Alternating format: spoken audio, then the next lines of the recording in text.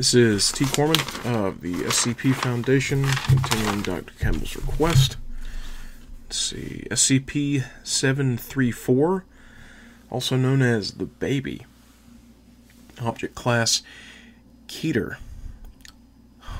Special containment procedures. Any staff entering the containment area must be in contained atmosphere hazmat suits.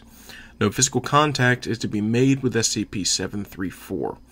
Anyone making physical contact with SCP-734 is to be immediately removed from the containment area and placed in quarantine for observation.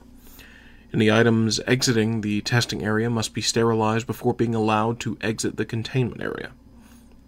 Blood is to be drawn via arterial. Never been too hep on the medical words. Sorry, Dr. Campbell. Blood is to be drawn via arterial catheter once daily, the amount to be determined and reevaluated monthly. Catheter is to be cleaned and maintained 3 times daily. Blood drawn is to be immediately sealed and contained and the container sterilized before cryogenic storage. Blood may be stored for 5 years, after which it is to be incinerated. Requests to use drawn blood must be submitted to Overwatch.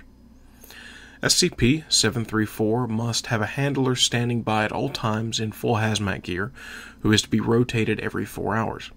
Interaction with SCP-734 is allowed only when in full hazmat equipment. SCP-734 is to be changed and fed as needed, with nutritional requirements viewed and adjusted monthly.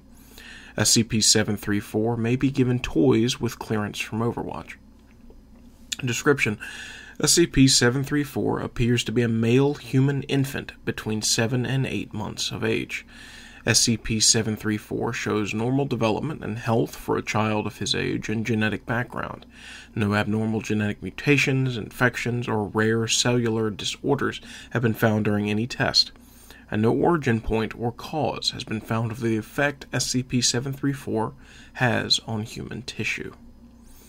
Any human tissue making contact with SCP-734 will begin to rapidly break down and flake away.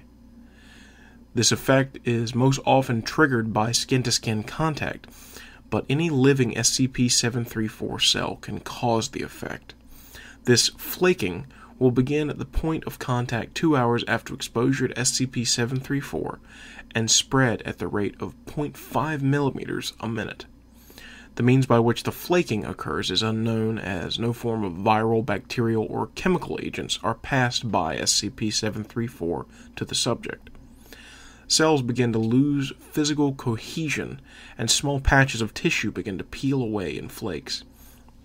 The flaking begins in the tissue layer of contact, most often the epidermis, and will attack that layer exclusively for 5 hours.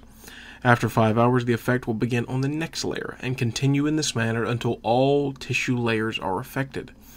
This process is extremely painful and becomes progressively more debilitating as nerve tissue, blood vessels, muscle tissues, and skeletal structures are exposed, then eaten away by the effect. Holy shit.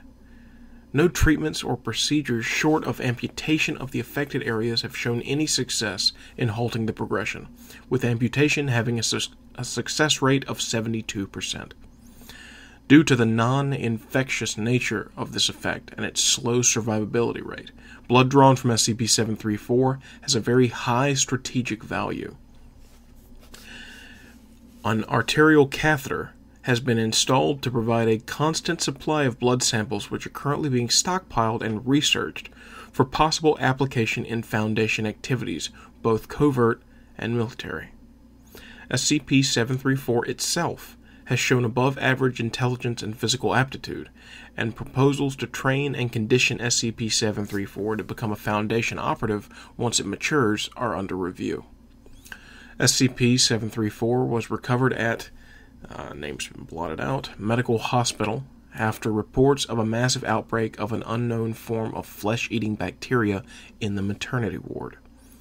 Foundation operatives quarantined the area and found several nurses, 4 doctors, and 1 infant affected by SCP-734. SCP-734 was isolated and contained after interviews with staff. The mother of SCP-734 was not found, and no records of her discharge from the hospital were found. It is assumed that she was affected by SCP-734 during birth and died from the effect. How she was able to carry SCP-734 to term remains unknown. And looks like we have an addendum here. Addendum. Memo to handler staff. This should not be necessary. A reminder will, however, be issued to all staff working with SCP-734 that full face masks are a mandatory part of the hazmat equipment needed for working with SCP-734 and may not be removed at any time while on duty.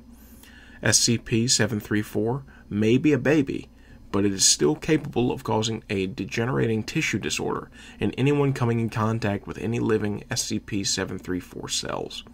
This includes mucus. Agent, my name's been blotted out, removed her face mask, stating, "He's just a baby. I'm holding his hands. It'll be fine." SCP-734 then sneezed on Agent's face, causing flaking to initiate from 26 points on her face and neck. Jesus Christ. Photographic records of the effect's progression to her will be provided to any staff with questions or complaints related to SCP-734 and its containment procedures. That is something I will not be following up with. Whew, holy shit. Okay, well, there you go, Dr. Campbell. Another Keter in the bank. That was SCP-734, the baby.